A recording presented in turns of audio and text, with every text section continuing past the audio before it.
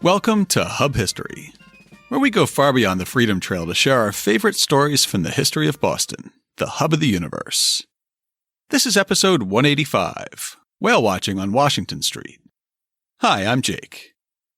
This week, we're talking about a time when you could pay 20 cents to watch a captive whale swim in a custom-built aquarium on Washington Street in Boston's downtown crossing. Today, there's no SeaWorld location near Boston, and our New England Aquarium doesn't hold any whales or dolphins. Perhaps that's for the best, as we now realize how intelligent these giants of the sea are. However, times were different 160 years ago, and an entrepreneurial inventor did the impossible, bringing a beluga whale alive from the Arctic Ocean to Boston, and keeping it alive here for at least 18 months, before being betrayed by the greatest showman, P.T. Barnum himself. But before we talk about what it took to start and run a 19th century aquarium, it's time for this week's Boston Book Club selection and our upcoming historical event. My pick for the Boston Book Club this week is a documentary called Damrell's Fire that's available on Amazon Prime. It charts John Damrell's rise from a volunteer firefighter in Boston to the chief of the city's newly professional fire department. It opens with the horror of Chicago's October 1871 Great Fire and the lessons in fire prevention that Damrell learned by observing the aftermath. It also covers the political battles that prevented Damrell from implementing many of his ideas. About a year after the Chicago fire, Damrell was forced to confront Boston's own Great Fire. On November 9, 1872, a small fire erupted in a basement in the heart of Boston's downtown commercial district. Because of flawed construction techniques that allowed fires to accelerate quickly, that small fire soon became a towering inferno of flame that was seemingly unstoppable as it swept across the city's center. While fighting the fire, Damrell also had to fight business and political leaders about whether to use gunpowder to demolish buildings in the path of the fire and which businesses to save. The Boston Fire Department was able to stop the fire, but John Damrell got fired anyway. Not, however, before he could put steps into place that would help prevent similar firestorms in other cities. This 55-minute film features documentary mainstays like historical maps, photos, engravings, and clips from early silent films. There are also interviews with fire department officials and familiar names in Boston history, like Anthony Stamarco, Stephanie Shoro, and Professor Robert Allison. One of my favorite elements was a series of animations recreating 1872 Boston and showing how the fire progressed. Imagine the graphic quality of a 15-year-old low-budget video game, but despite that, they're a well-done, fairly accurate 3D rendering of the city as it existed back then. My favorite was a photo showing Old South Meeting House in Washington Street that seamlessly transitioned into an animation. And this week's show notes will include a link to the film on Amazon Prime, as well as a companion website for educators. And for our upcoming event this week, we have a virtual tour, led by Gavin Cleespies, Director of Programs, Exhibitions, and Community Partnerships at the Mass Historical Society.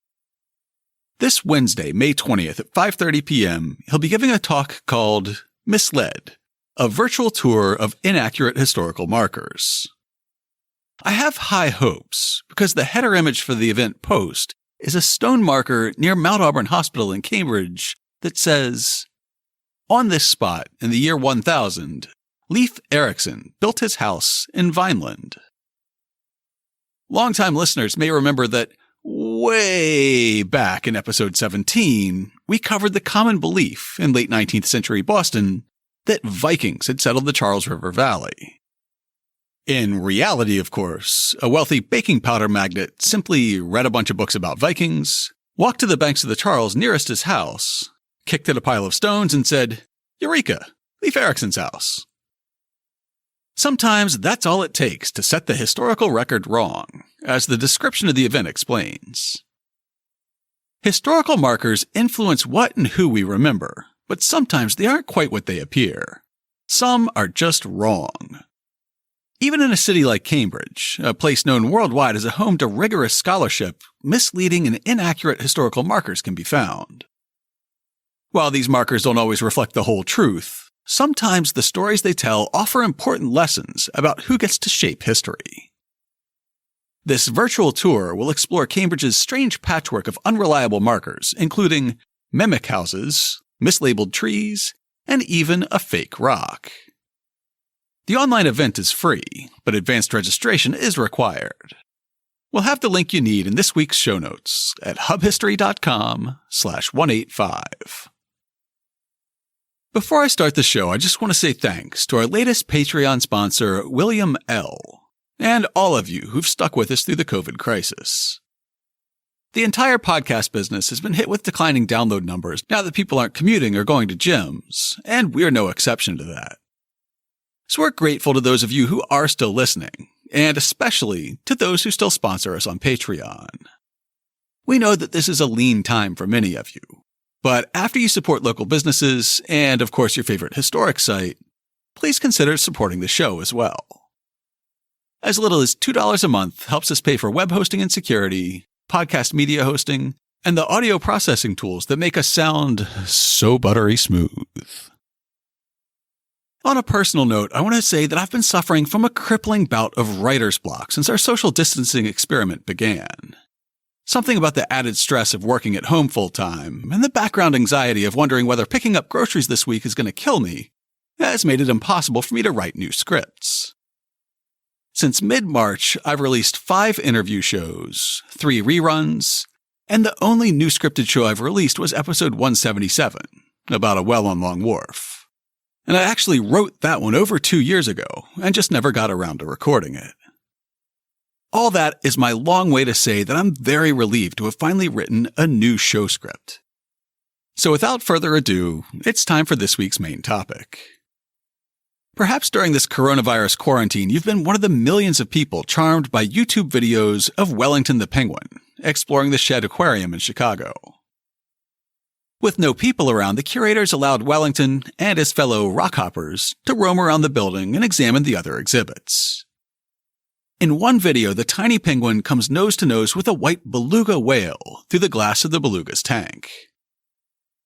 Belugas look like oversized white dolphins with stubby noses, but they're actually one of the smallest species of whale, native to coastal waters and the Arctic Ocean. While there are no whales or dolphins at Boston's New England Aquarium, you might be surprised to learn that Boston could once boast a beluga of her own. There was no school on George Washington's birthday, February 22, 1861. Times were tense, but the outbreak of the Civil War was still months away. For 9-year-old Sarah Gooll Putnam, the bells that chimed in her window that morning heralded a day full of promise. In her diary, she later described how she celebrated the day with some sponge cake and some children's theater, and she finished it off with a visit to one of her favorite attractions in Boston. In the evening, I went again to the Aquarial Gardens, and there we saw the whale being driven by a girl. She was in a boat, and the whale was fastened to the boat by a pair of reins and a collar which was fastened round his neck. The men had to chase him before they could put on the collar. Surely this fanciful account of a lady in a boat being pulled by a harnessed whale must have sprung out of the imagination of a precocious little girl. Right? Well, not so fast. An honest-to-goodness grown-up wrote a description of the same show the following year in Ballou's Dollar Monthly magazine. The author describes how the proprietor had a lovely ferry boat constructed by one of our Boston boat builders in the shape of a nautilus shell. He intended to have a dolphin pull the boat, but the dolphin died before he could train it. Instead, Ballou relates, he asked himself, why not harness the whale? The question was considered, and the monster was measured for collar and traces. He took to them both kindly, and a piquant little piece having been written, the services of Neptune and Triton were enlisted, and Mademoiselle Lyon, a charming young lady of Boston, boldly entered her boat and drove the whale as deftly as if he had been the tamest of ponies. The success was at once very great, and the attraction continues unimpaired to the present time of writing. The idea of harnessing and driving a whale was a bold one. No one but a live Yankee would have dreamed of such a thing or carried it out to a successful issue. So, how did an Arctic whale end up harnessed to a novelty boat in a small glass tank on Washington Street in Boston? Well, the story starts in the early days of photography. In 1839, a French inventor publicly revealed the first practical way to create a photographic image. Using a glass plate coated with reflective silver, which was fumed with iodine vapor, a faint image could be captured, then developed into a visible photograph using mercury fumes. Named daguerreotypes in honor of its creator, this method would take the world by storm. Here in the U.S., many photography studios opened in the 1840s using the daguerreotype system. Matthew Brady would become one of the most famous after his pictures of Civil War battlefields brought the war into people's drawing rooms for the first time. In the early 1850s, a Bostonian named James Ambrose Cutting patented a new process that used a glass plate coated with a chemical called collodion, dipped in silver nitrate, and then exposed while still wet. This new technique, soon known as an ambrotype, was cheaper to produce than a daguerreotype, while producing an image that many viewers preferred. Within a decade, its popularity was beginning to outshine its predecessor, while Mr. J.A. Cutting enjoyed the fruits of being the patent holder of a runaway success. As he read about early, successful attempts in London to keep fish in glass aquariums by using plants to oxygenate the water and snails to filter it out, Cutting reportedly developed 2 small aquariums in 1854. This likely means that he was the first, or at least among the first people in America to keep aquariums. The Ballou's article reports that he immediately dreamed of something bigger. For some time previous to the year 1859, Mr. James A. Cutting had revolved in his mind the idea of founding in Boston an aquarium on a grand scale. Until then, the collections of fishes and aquatic wonders generally had been made in small tanks and were little better than pretty scientific toys. No one had, as yet, turned the idea to practical purposes. The elegant miniature fish ponds were comparatively useless. Mr. Cutting, on being satisfied that the principle of the aquarium had been fully established, determined to develop it to its fullest extent. If, he reasoned, a minnow can be kept alive and healthy in its native element, why not a monster of the deep? If a shrimp, why not a shark? Meanwhile, in New York City, a business partner of Phineas T. Barnum introduced some aquariums into Barnum's American Museum. Then he wrote an influential book in 1858 called The Family Aquarium, which may have been the first book about keeping fish at home. In it, he explained the careful balance that was required to create a successful aquarium at the time. Animal life absorbs oxygen and throws off carbonic acid gas. Vegetable life, on the contrary, absorbs carbonic acid gas and throws off oxygen. What one rejects, the other needs. What would suffocate the one if not removed, the other would die of exhaustion if it could not obtain. This is the universal compensating action of nature, and applies under certain circumstances to man and a rosebud as peculiarly as it does to an ox and an oak, a trout and a water lily. An aquarium exhibits a very accurate self-adjustment of this delicate balance of vitalization and destruction. It should contain precisely enough animal to sustain vegetable life, and sufficient vegetable to meet the demands of animal life. It is a very nice scale of physical equivalence. The fish, insects, and reptiles must, to thrive, consume the oxygen with which the plants impregnate the water, and they supply in return the carbonic acid gas, all of which the plants must absorb for their own growth and the water's purification. In early 1859, that partner, Henry D. Butler, teamed up with James A. Cutting to bring a new venture to the streets of Boston. Butler and Cutting brought early expertise in aquariums, and Cutting and P.T. Barnum provided the money. An advertisement in the April 5, 1859 edition of the Boston Post announced the grand opening that would come 2 days later. This magnificent display of one of the most fascinating phenomena of nature is nearly completed and will be open to the public on Thursday the 7th. These ocean and river observatories are the most exquisitely interesting subjects to contemplate ever yet presented to the admiring gaze of mankind by the hand of taste and refinement. They present us with a perfect and striking illustration of life beneath the waters. Located at first at 21 Bromfield Street in downtown Crossing, Cutting and Butler named their venture the Boston Aquarial Gardens.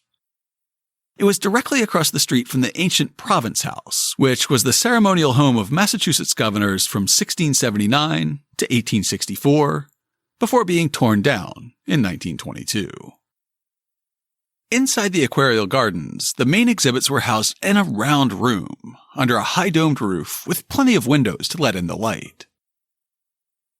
An engraving in the collection of the Boston Athenaeum shows a series of tanks arranged on tables in a circle around the room. In the center of the circle stood a larger octagonal tank. With the possible exception of that central tank, none of them would be considered especially impressive by the average home aquarium keeper today. But of course at the time, nobody'd seen anything like it before. A slightly later advertisement describes what a visitor could expect to see. The aquaria consists of fresh and saltwater crystal ponds, varying in capacity from 20 to 100 gallons. These ponds are enclosed in plate glass. They are perfectly translucent, and being artificially furnished with rocks, sand, etc., with varieties of seaweed, afford a vivid representation of the bottom of the sea. Here, therefore, we can have in their natural element and conditions every variety of living marine and freshwater fish, mollusks, zoophytes, and plants. The scene is at once wonderful and intensely beautiful. Hours of delight may be spent in watching the habits of the animals seizing and devouring their prey, and disporting themselves as freely as if they were still enjoying their full freedom in the ocean or river, where they first saw life. In his book on the history of Boston aquariums, Jerry Ryan describes the significance of the Aquarial Gardens. What Cutting and Butler founded on Bromfield Street was the first recorded aquarium that was not part of something else. The Aquarial Gardens were first, foremost, and exclusively dedicated to the appreciation of marine life and the education of the public. And in this lies their uniqueness. Though it seems odd to say so now, the Aquarial Gardens were at the forefront of technology at the time. One of the most important breakthroughs was the creation of mechanical aerators, which used steam power to pump air to the bottoms of the tanks. As the bubbles then rose, they provided oxygen for the fish. With aeration, the water could be oxygenated without the use of plants. No plants meant no place for the fish to hide, so visitors could be sure to see the fish in every tank. And those visitors could expect to see a dazzling selection of specimens. In a listing of the garden's holdings from July of 1860, the collection included sea anemones and fresh coral, starfish and sea urchins, as well as horseshoe, king, and hermit crabs. There were freshwater sunfish and crawdads, perch, shiners, and carp. In the salt tanks were snappers, turtles, eels, sticklebacks, and a variety of colorful reef fish. In slightly drier cages were alligators, monitor lizards, boas, and pythons. Soon, a kangaroo would join the company as well. Starting in the summer of 1860, the first of what would turn out to be many exhibits of questionable scientific value went on display. The learned seals Ned and Fanny were trained to perform a number of tricks. A pamphlet published by the Aquarial Gardens describes some of the highlights. One of Fanny's performances amuses everyone who sees it. She will lie upon her back, meekly fold her hands, meaning of course her flippers, upon her bosom, and will feign sleep and snore with the energy of the most inveterate night trumpeter of the human family. This is perhaps the most remarkable, as well as amusing, of her many pleasing performances, displaying a power of mimicry in a direction contrary to her nature that is really marvelous. She seems to delight in the performance of this, as though she thoroughly comprehended and appreciated the joke she's playing on her visitors. Ned had a different set of tricks up his sleeve. First, he shows his visitors with much latent drollery how he wakes himself in the morning and makes his exodus from dreamland into this matter-of-fact world. Next, he takes his bath, thereby conveying to the spectators the lesson that a matutinal plunge is a very wholesome and proper performance. If Mr. Cutting intimates to him that this cleaning exercise has been somewhat hurriedly and imperfectly performed, Ned makes no scruple about repeating it, and this time he goes under with a will. Next, he assumes a graver and more aspiring character, and Mr. Cutting having handed him a rifle or gun, Ned shoulders arms instanter and with all the gravity of a member of the governor's bodyguard, or the comicality of a Massachusetts farmer on training day. But passing over his other performances, we may mention one other, and that one the most marvelous. We refer to his playing upon the hand organ, which he has learned to do with perfect ease and wonderful adroitness, even to the changing of hands when one of them is wearied with the exercise. It is to this performance that we have alluded as being his favorite one. Whether it's the revolving motion of the handle, or that he has a greater passion for that class of music than most human householders have, we pretend not to decide. But we're sure that he takes pleasure in it from the fact that if the organ is left upon his platform, he'll play upon it from choice in the night as well as in the daytime. As the collection grew, and the public demanded more dynamic and entertaining exhibits like the learned seals, the aquarial gardens quickly outgrew their space on Bromfield. At the same time, Cutting became fixated on the possibility of displaying a living whale, something nobody in the world had been able to do up to that point, not even P.T. Barnum. In the fall of 1860, the gardens moved a few blocks away to the Central Court on Washington Street. It's the current location of the Lafayette Mall, behind Macy's. Jerry Ryan's book described the new structure, which Cutting and Butler had purpose-built for the aquarium. The architect's plan for the Central Court Gardens building, which was expressly designed to house the aquarial garden, and thus holds the distinction of being the first aquarium designed as such, is strikingly similar to the actual Hutchinson building on the corner of Bromfield and Province Streets. Although only 2 stories high, it presents a relatively narrow facade and is of considerable length. Here, too, high-arched windows define the building's appearance. Since it was built on a slope, it would appear to be of a single story when approached from the front. A lateral view shows stairs leading down to a lower level of considerable proportions. From the street, one entered directly into the aquarial section on the upper level, where the ticket office was located. The article in Ballou's magazine adds, "A more complete and commodious structure for a special purpose cannot anywhere be found." The building is divided into an upper and a lower hall, and the former of which is a deep gallery, and connected with it a spacious stage on which occasional scientific lectures are delivered and scientific exhibitions conducted. In the lower hall is a splendid collection of fine, living zoological specimens and a ring for the performance of trained animals. On entering the main hall, the object which first strikes the eye and elicits the wonder and admiration of the visitor is the great central tank. This magnificent reservoir, or miniature ocean, as it has been not inaptly called, is a perfect triumph of aquarial architecture. The central tank is described as being 6 feet deep and 30 feet in diameter. Again, not impressive compared to the giant ocean tank at today's New England Aquarium, but completely unprecedented in the United States in 1860. The enormous water pressure was contained by 18 panes of inch-thick plate glass that had been special ordered from Europe. Ballou's magazine describes the next great technological marvel that was pressed into service to support the aquarial gardens. To fill this huge receptacle with fresh water would have been easy enough, but as Mr. Cutting intended to place a whale in it, and as whales do not generally live in constituent fluid, it became necessary to devise some means not only of furnishing the tank with salt water, but of procuring a constant supply of the briny element. Central Court is situated 3/4 of a mile from Boston Harbor at the nearest available point. It was certain that the whale could not be taken thither to enjoy his daily change of fluid. Therefore it was decided, as Muhammad could not go to the mountain should come to Muhammad. To speak without trope or metaphor, as the whale could not visit the sea should rush to the residence of the whale. Fresh water could be conveyed long distances in pipes, and so then could salt water.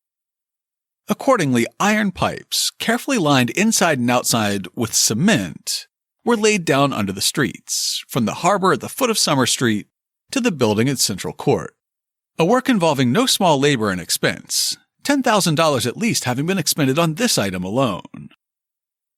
At the harbor terminus of the pipe, a steam engine of 20 horsepower was erected to pump up the water and send it along the underground channel. Another steam engine of 12 horsepower was put up at the gardens. This latter forces the seawater into the great reservoir on the roof, which supplies the tank and the fountains in its center. By means of these appliances, fresh seawater to the amount of 860,000 gallons passes daily through the central and smaller tanks. The new Boston Aquarium and Zoological Gardens opened on October 4, 1860. The grand opening featured a lecture by Louis Agassiz and a performance by 5 South Africans. These two inclusions hint at one of the darker aspects of the Aquarium Gardens. Agassiz was a famous and, at the time, well-regarded biologist. Born in Switzerland, he was recruited to Harvard and founded the school's Museum of Comparative Zoology. Agassiz would end up being the most frequent lecturer at the Aquarium Gardens, and he was also a leading proponent of theories that are now regarded as scientific racism. Under the influence of Louis Agassiz, the 5 South African men were exhibited in what was essentially a human zoo. Jerry Ryan wrote, "The main attraction on opening day was the South African aborigines, attired in their native costumes, who were to perform their war and festive dances accompanied by their national songs." After giving a brief description of the southern portion of the African continent and a sketch of the early life of each individual specimen of the nomadic tribes, the South African Aborigines, who were in fact living in Port Natal when they were recruited and who were fluent in Dutch and English, remained at the gardens. On Sunday, April 28, 1861, things took a tragic turn. The following day, the Boston Post reported, "One of the famous company of wild Africans, for a long time past on exhibition at the Aquarium Gardens Central Court, committed suicide last evening. At just 17 years old, the young man, Stoodman Ganges, had hanged himself in the quarters he shared with his 4 countrymen. He waited for them to go to a church service and ended his life while they were gone."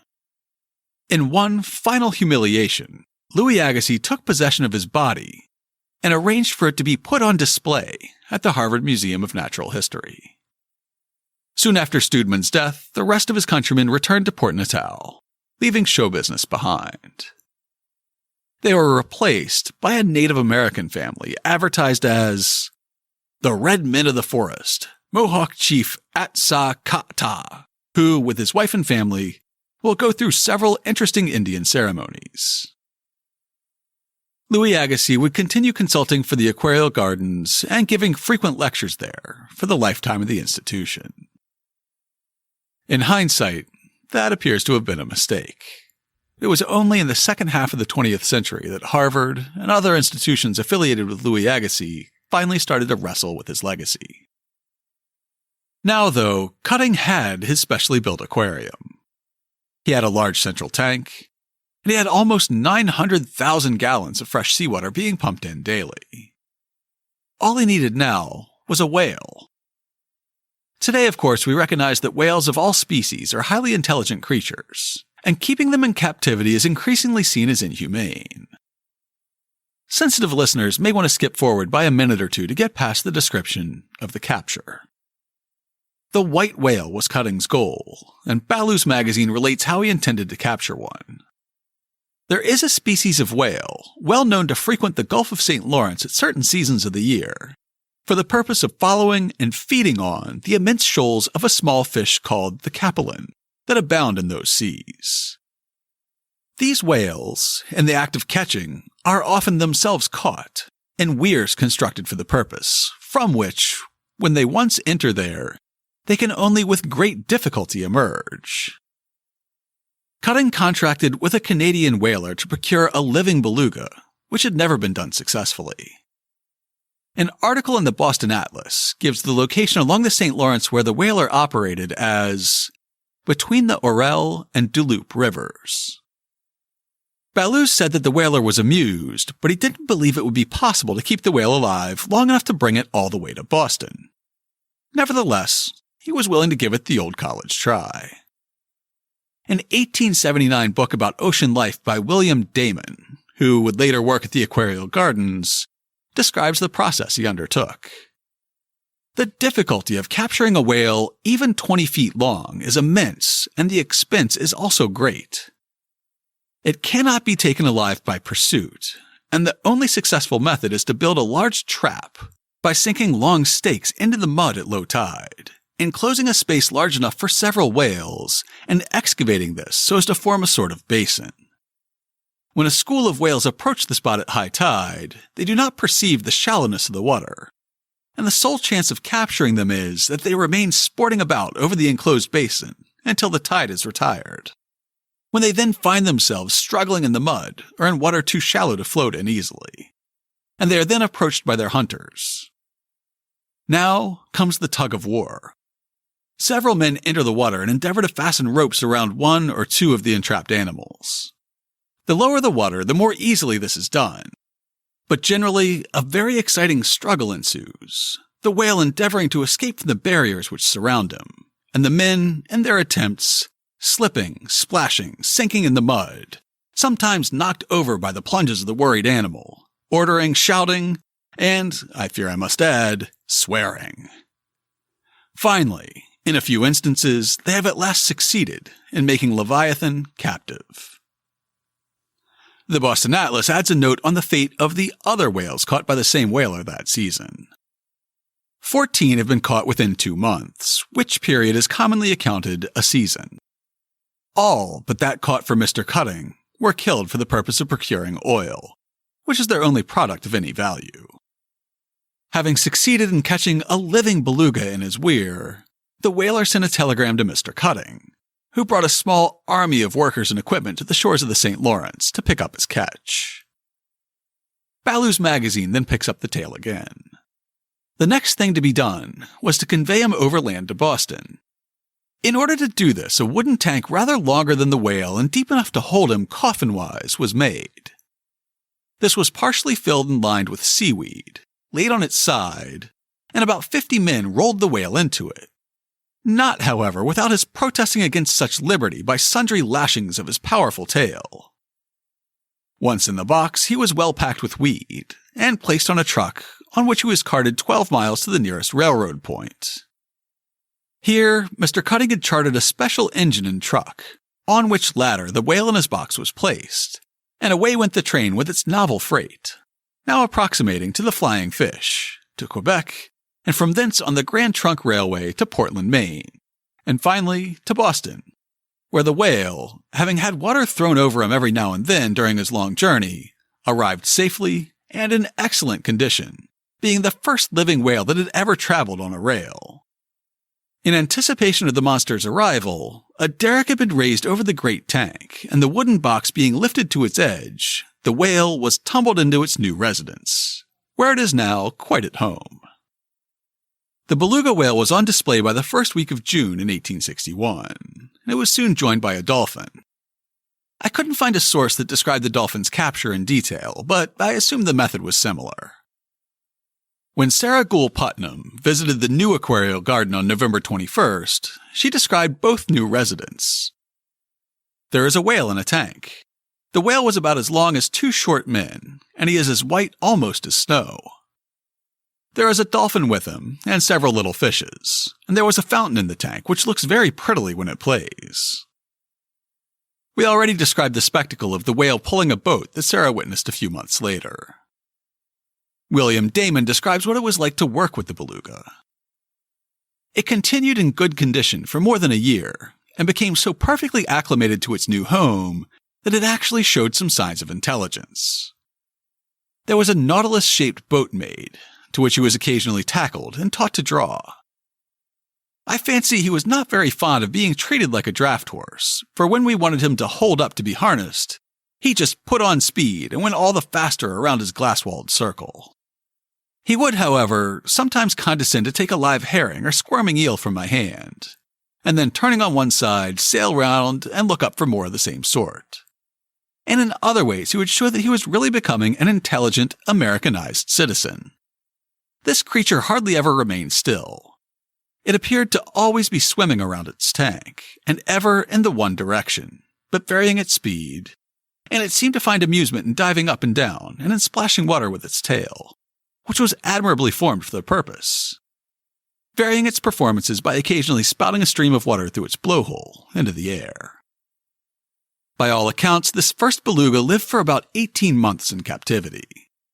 That's a depressingly short period, but eons in comparison to P.T. Barnum's rates. Down in New York, Barnum was trying to add a beluga of his own to the American Museum. In his book, Jerry Ryan wrote, Barnum, with his customary bravado, claimed to be the first to capture and exhibit a live whale, and dramatically described his Herculean feat in his autobiography. Cutting obtained his specimen prior to Barnum. Cutting's whale survived for at least 18 months. Barnum's whales were notoriously short-lived.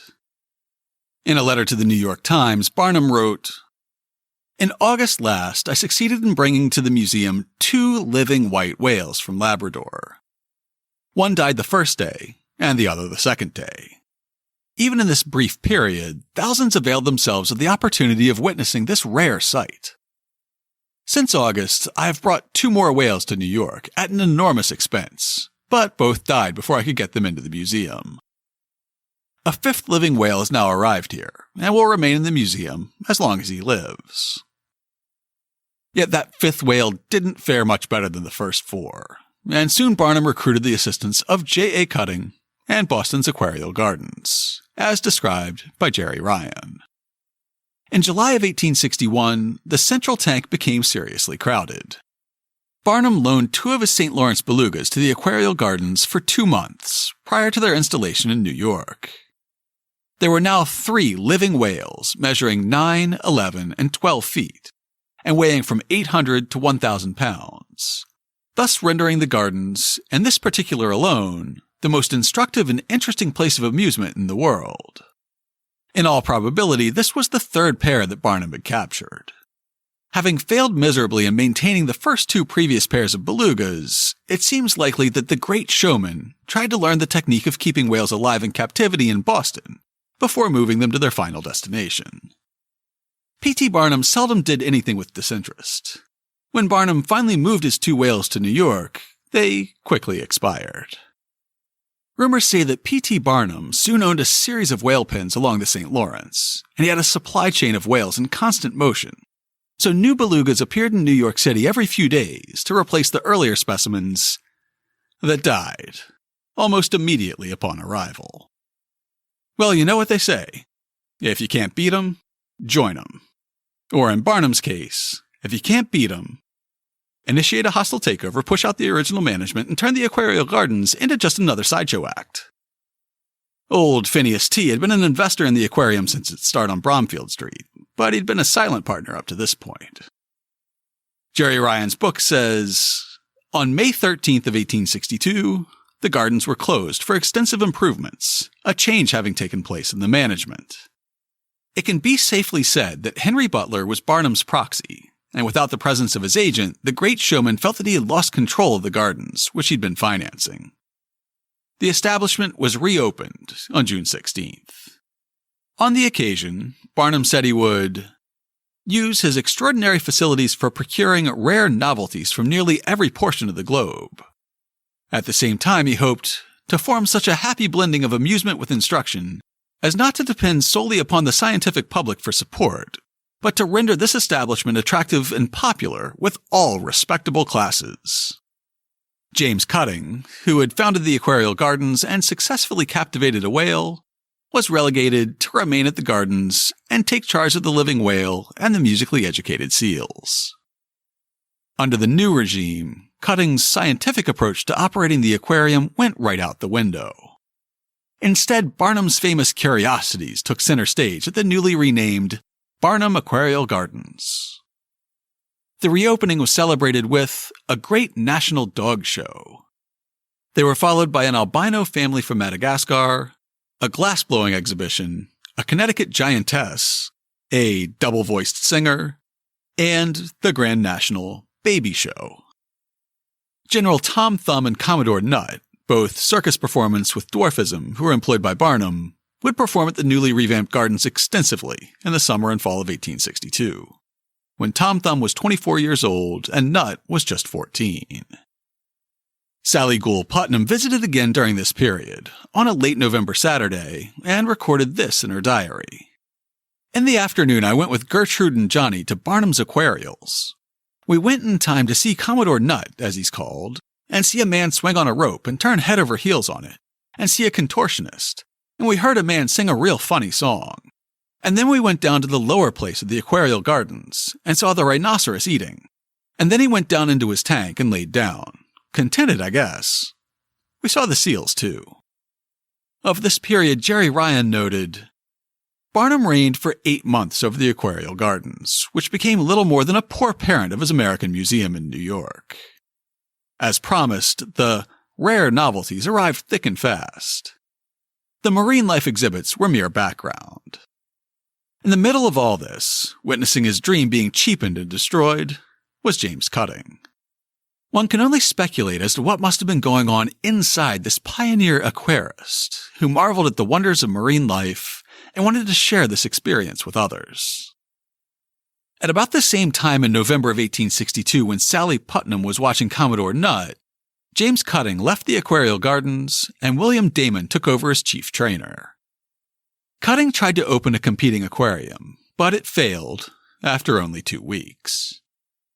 Ryan concludes, at any rate, his role in the new institution, after all that he had accomplished, must have been humiliating, as the separation from Ned the living whale and the other fish and mammals he had nurtured must have been painful. It was a tragic ending for a gifted scientist and naturalist. Within weeks of Cutting's departure, P.T. Barnum moved all the fish tanks and aquatic displays out of the main floor, shoehorning them into the lower floor with the zoological collection. He converted the main floor to a 1,000-seat vaudeville theater.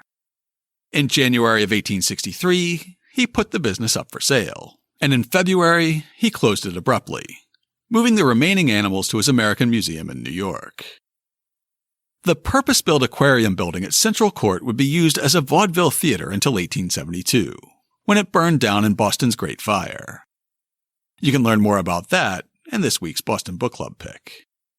Starting in June of 1863, Cutting would make one more attempt to open an aquarium in Boston. This time he partnered with Buckley's Serenaders, installing fish tanks in the basement of their new minstrel hall at the Aquarial Gardens, where blackface performances were offered daily. Cutting was never able to put together a collection that attracted visitors, and the aquarium closed in October or November of 1863. James A. Cutting, the gifted inventor and dedicated naturalist, was soon confined to an insane asylum in Worcester, where he died in 1869. Bostonians would have to wait nearly a half-century to visit another aquarium. Finally, in 1912, the South Boston Aquarium opened at Marine Park, and the magnificent New England Aquarium opened on Central Wharf in 1969. Let's all go visit when the pandemic's over. To learn more about the Washington Street whale, check out this week's show notes at hubhistory.com/185. We'll have a link to Jerry Ryan's book about the Aquarial Gardens that we relied so heavily on, which was also our Boston Book Club pick a few weeks ago.